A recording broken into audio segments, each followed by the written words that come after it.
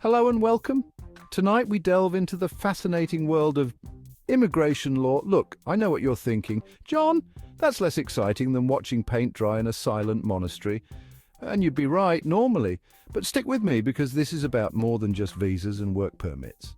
This is about countries that, for reasons ranging from the understandable to the baffling, have decided to tell the world, thanks, but we've got enough people here already. Please take your valuable skills and desperately needed labor elsewhere. Voiceover should start in 2 seconds. While many countries rely on foreign workers to fill labor shortages and boost their economies, some nations have policies that make it difficult for foreigners to work within their borders. First up, we're taking a trip to a country where getting a work visa is about as likely as spotting a unicorn riding a roller coaster on the surface of the sun. North Korea. This is a nation so isolated, so shrouded in secrecy that we know more about the surface of Mars than we do about the inner workings of their immigration department. And frankly, that's probably how they like it. You see, North Korea operates under a philosophy called yuche, which essentially translates to self-reliance taken to its most extreme paranoid conclusion. They've built an entire national identity around the idea that they don't need anyone else, thank you very much. So, unless you're a highly specialized expert with skills the DPRK desperately needs and can't possibly find within its own borders, or a distant relative of Kim Jong-un, bringing potato salad to the family reunion, chances are you're not getting past the heavily guarded border. And even if, by some miracle, you do manage to secure a work visa for North Korea, be prepared for an experience unlike any other. Imagine a workplace with mandatory portraits of the dear leader in every room, daily self-criticism sessions, and a distinct lack of high-speed internet. It's enough to make you long for the thrilling monotony of your open-plan office back home. But hey, at least the commute wouldn't be too bad. With limited private car ownership, you'd likely be walking or cycling to work alongside your fellow comrades, enjoying the fresh, pollution-free air. Because remember, there's nothing quite like a totalitarian dictatorship to really prioritize environmentalism. From the most isolated country in the world, let's move on to one that's a bit more zen. Nestled high in the Himalayas lies Bhutan, a tiny kingdom known for its stunning landscapes, vibrant Buddhist culture, and a deep-rooted commitment to gross national happiness. Yes, you heard that right, gross national happiness. It's like GDP, but instead of measuring economic output, they measure things like environmental conservation, cultural preservation, and good governance. And honestly, I kind of respect it, but this emphasis on preserving their unique way of life also extends to their immigration policies, which are, shall we say, rather selective. Bhutan isn't exactly throwing open its doors to foreign workers. They're very careful about who they let in, and they prioritize preserving their culture and environment over unfettered economic growth, which again is an approach I find strangely admirable. Now, that's not to say it's impossible to work in Bhutan. If you've got a highly specialized skill set, particularly in areas like education, healthcare, or sustainable development, and you're willing to navigate a rather complex and time-consuming visa process, you might just find yourself living the Himalayan dream. Just be prepared for a slower pace of life, limited internet access, and a culture that values tradition and spirituality over material possessions. Think of it this way. Working in Bhutan is less about chasing a fat paycheck and more about seeking a life less ordinary. It's about immersing yourself in a culture that prioritizes happiness and well-being over relentless productivity. And honestly, in our current global climate of burnout and anxiety, that doesn't sound half bad, does it? From the tranquil mountains of Bhutan, we journey to the Arabian desert, specifically to the oil-rich kingdom of Saudi Arabia. Now, Saudi Arabia has long been a destination for foreign workers, particularly in the construction, oil and gas, and domestic service sectors. But working in the kingdom comes with its own unique set of challenges, largely due to the infamous kafala system. Now, the kafala system essentially ties a foreign worker's visa and legal status to their employer or sponsor. While Saudi Arabia has implemented reforms in recent years to improve conditions for foreign workers, the system still grants employers a significant amount of control over their employees' lives, often limiting their freedom of movement, ability to change jobs, and even leave the country. Imagine having to ask your boss for permission to leave the country for a vacation, or to switch jobs if you're being treated unfairly.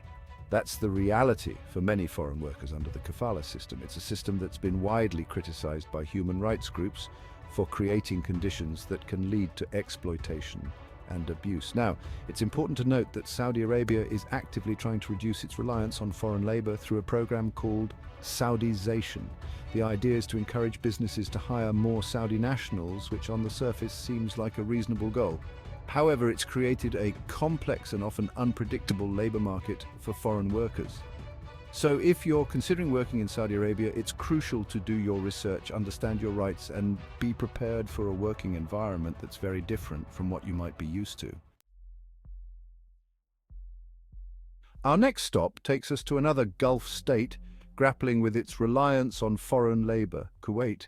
Like Saudi Arabia, Kuwait has long attracted foreign workers to its shores, drawn by the promise of tax-free salaries and opportunities in the oil and gas sector. But in recent years, Kuwait has been trying to shift course, aiming to reduce its dependence on foreign workers and create more job opportunities for its own citizens. This policy, known as Kuwaitization, has led to a tightening of visa restrictions and increased scrutiny of foreign workers. The government has introduced quotas for different nationalities in certain sectors, making it more difficult for some foreigners to find work. And while the government's stated goal of creating more opportunities for Kuwaiti citizens is understandable, the implementation of these policies has been, shall we say, uneven. For foreign workers, this means navigating a complex and ever-changing landscape of regulations and requirements. It can feel like the rules of the game are constantly shifting, making it difficult to plan for the future.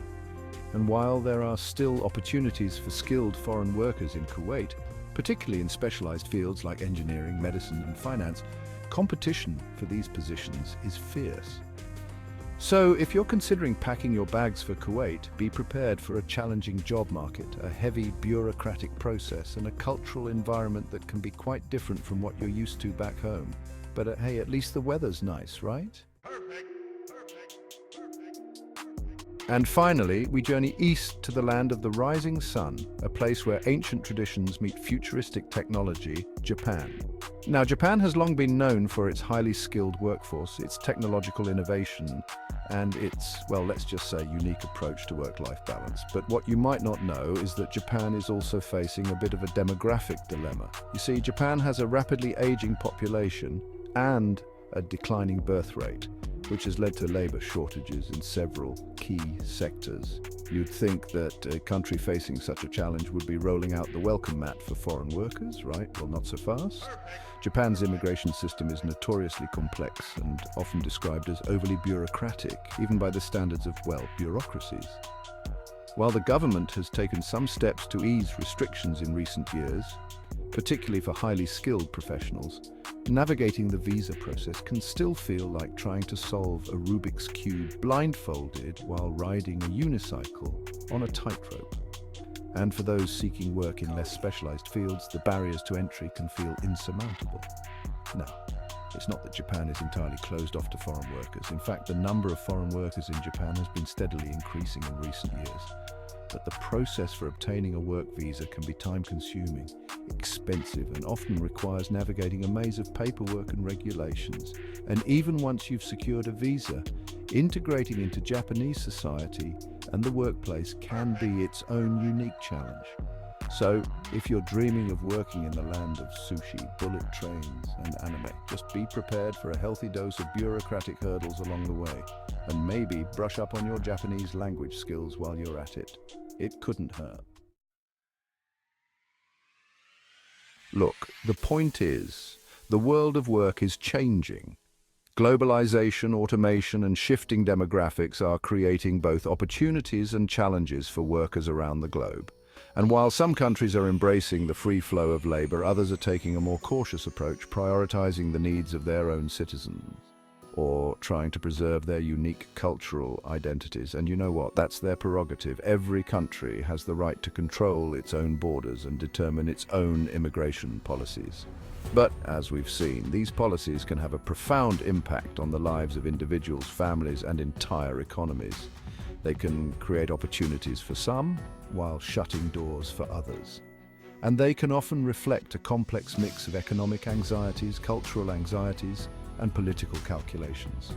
So, the next time you hear someone complaining about immigrants stealing jobs or changing the culture, remember that the reality is far more nuanced and complicated than that.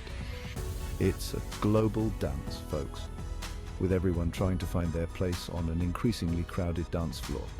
And frankly, it's a dance that's likely to get even more interesting and more challenging in the years to come.